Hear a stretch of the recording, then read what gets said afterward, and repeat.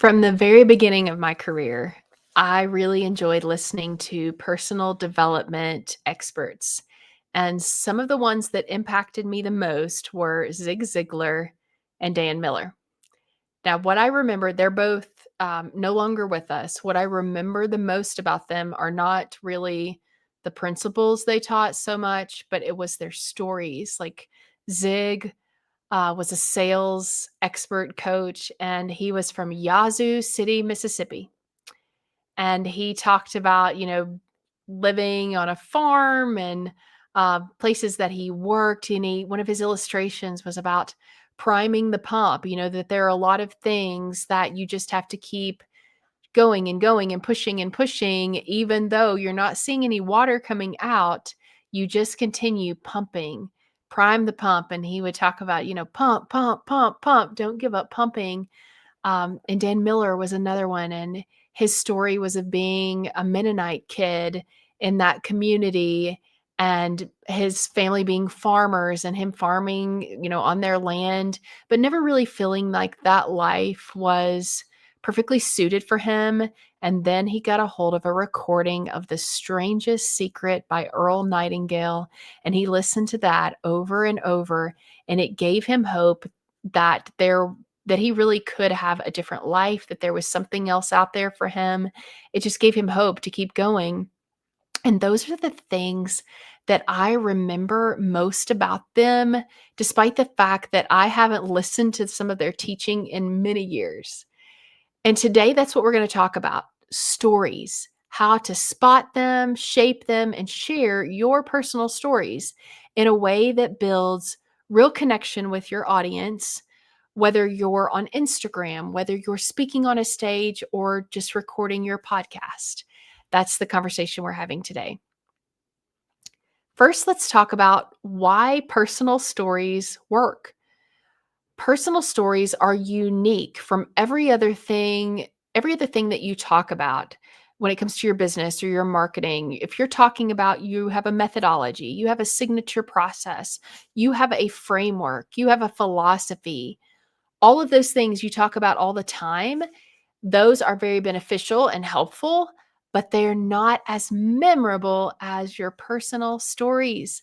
Stories are the most memorable, they are the most captivating, and they are the best way to really make connections with your audience. Let's face it, people don't connect to information, and we are in a world of information overload. Everything you ever wanted to know is just a Google search or an AI search away. We're inundated with information. What we don't have enough of is connection, and that's what stories do. They connect you not through information, but through emotion.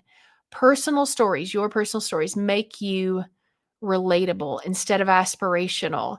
They take you from being somebody who your audience may say, "Oh, I could never work with her," or "I could never connect with her. She's such in another universe from me." But your personal stories make you more human. They bring you down here to a person, a real person, with real experiences. And that is what we want. That's when you build true, committed connections with your audience.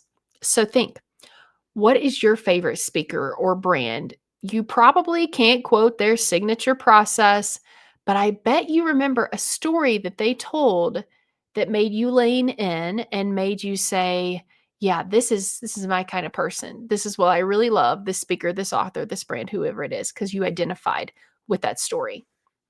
The best stories make people feel seen, and when your audience can see a part of themselves in your story, that's when real connection happens.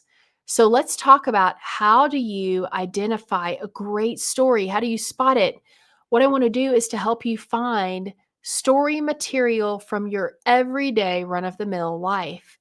These are some things that can help you mine great stories. So first, think about moments from your childhood, times when you got hurt, best holidays or gifts, when you learned something new. Here's an example. So, I did not want to learn to ride a bike. I was terrified of doing it.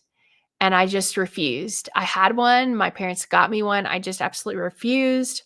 We lived on a farm, there was no great place to do it, like, no sidewalks or big parking lots nearby or anything that felt easier to me. It was all just like flat ground basically. So I didn't want to do it. I had absolutely no interest. And my dad forced me.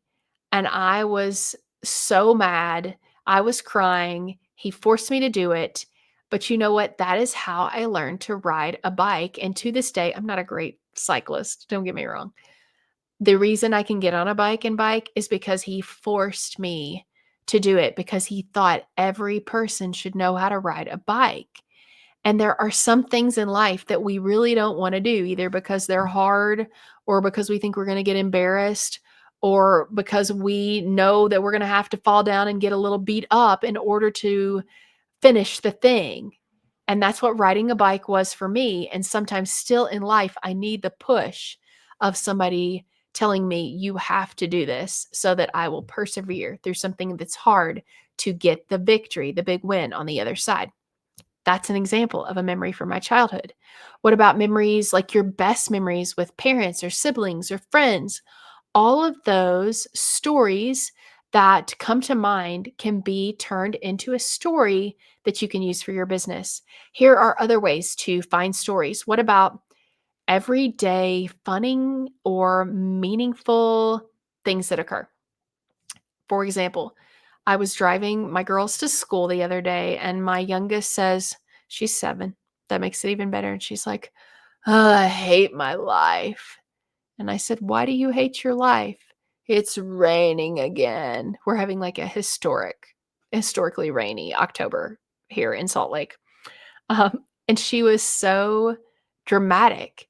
And I think the story in that is we all have those moments, women, we all have those moments where like we're being so dramatic about something. We have big feelings about something. And I think that's okay. And I think we have to give ourselves permission for at least a few minutes to feel the feelings, to be dramatic, to and sometimes to vent to someone else our dramatic feelings so that we can move through them and carry on with the good work that we're doing. So, see what I'm saying? You can take anything and turn it into a story. You can borrow lines from movies or TV shows or books that stand out to you and touch you and turn that into a story.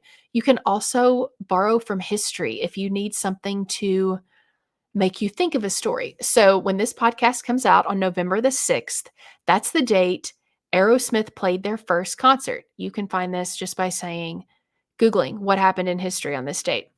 So, thinking about Aerosmith reminds me of one of my best college friends. Her name was Emily, and she is like a hardcore Aerosmith fan. Her and I can't remember if it's a friend, maybe it's like a friend and a sister or something like that. They have gone to so many Aerosmith concerts in different cities. It's like insane. But my concert memory with Emily was not Aerosmith, it was going to Kenny Chesney. We were in college. It was a very last minute thing. We're in Kentucky. We decided to drive to St. Louis to see him in concert. It was, I think we were late. We caught part of it. And then we left and did not know St. Louis at all.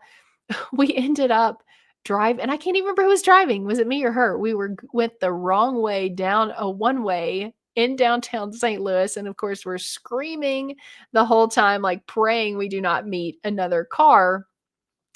And I think it's just an example of sometimes you have to do wild and crazy things and make those memories. That's some of the best times you can have. And it's okay to be wild and crazy in your business sometimes. So see what I'm saying? You can use these things, movies and TVs and books and history to jog your memory of a related story that then you can use to turn into something from your business. So it's not as near as hard as you think to find a great story. So we have all these stories, right?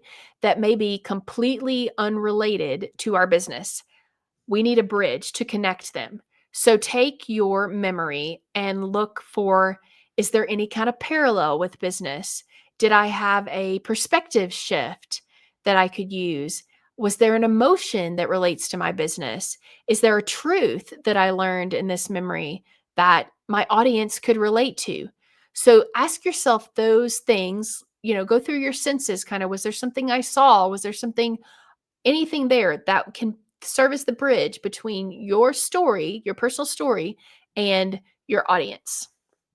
It's just not as hard as you think. I encourage you to give it a try. Because remember, a story doesn't have to be dramatic, over the top to be powerful. It just has to be true and it has to be told well. And how do you tell it well? That's what we're going to talk about next. How to set up your story for connection. So let's use 3 steps, 3 simple steps. First is you tell the story. You have to set up the scene of the story that you're about to tell. And you can do this pretty quickly of just painting the picture of where you were at and who was there, right? And that's how you set up the moment. Then you're going to go into the meaning. So you recap the story really quickly, and then you're saying, this is the meaning that I got out of it. Then the message, you tie that meaning to your audience. So I'm going to recap over those. You talk about the moment, which is the story, the meaning, which is what you learned or realized or thought, and then the message, you tie that lesson to your audience. So here are a few tips when you're doing this. Keep your story tight. So you don't want to go on for 5 minutes even telling a story. You want to keep it shorter than that. You don't want to give so many details that they are getting distracted or overwhelmed. And remember, when you're telling the story, you are not the hero. The point of the story is your audience. So make sure that you are doing a really good job connecting for them how your personal story should matter to them. Because remember, this was like the number one thing I learned in college when I was getting a degree in this. It was that your audience is always asking, what's in it for me? WIIFM. That's how you remember it. What's in it for me? And that's what you have to make sure you don't leave out of your story. How do you cultivate and keep these stories, right? Otherwise, you just have to kind of rely on your memory to come up with something in the right instance that you need it. Like, I need a story about, whatever it is. Now I just have to come up with something. It can be easier than that. So, what we're going to do is create a system. We're going to create a story bank. Now, you can use Google Doc, you can use your notes app on your phone, you can record voice memos, you can start a new conversation in ChatGPT and voice record the memory or the story into that. You drop them in there, however you want to do it. I mean, you could have an old school notebook if you want. Record the story. That's all you have to do initially before you forget it. If you have time, you can go back through and make sure the lesson is in there. Now, when you are recording these things that happened, try to put a category with it. So, for example, when I was telling the story about Julia and her being dramatic and I hate my 7-year-old life, that is a good story that I could tie to being dramatic or emotions. So I could make those quick notes with that story so that I know if I need to come back later and I want to try to tie that to a business principle, that's the thread that I can use to do it. I mean, a part of this is keeping a story lens during your daily life, like noticing the funny, the frustrating, the meaningful, everyday moments of your life.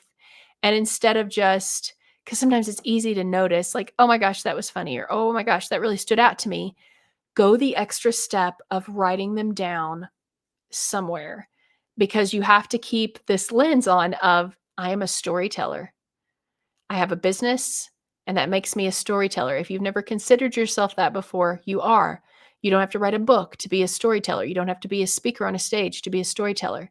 You have a business, and stories are your best way of connecting. So now you're a storyteller, which means the everyday things you do, the lunch you have with someone, the place you go on the weekend, the project that you're working on, everything could be a source of a story.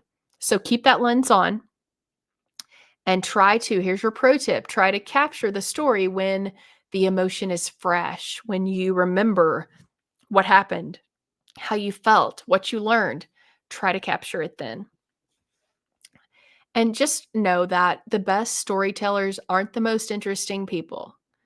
Sure, they have great stories too. The people who do exotic things and they travel the world, and those people have great stories, but they're not the only ones. The people who tell the best stories are the ones who are the most observant, who pay attention to those everyday little things. The best way to become a storyteller is just to start noticing your own life, no matter how big or how small that is. Just be a noticer, as a book by Andy Andrews, just be a noticer of your own life and of the things that are going on around you. Write down one story this week. That's my challenge. Something that made you laugh or cry or stop in your tracks, and share it in your next social post or email or podcast intro. Just make a list of, a note of one story that's something that happened to you. Now, if you want help setting some of this up, setting up your story bank, helping get a few initial stories out of you and figuring out how to set those up and connect those with your audience, let's do a free strategy call just to get you started. You can book that at bit.ly/be weird call. Thanks so much for tuning in. And until next time, stay weird.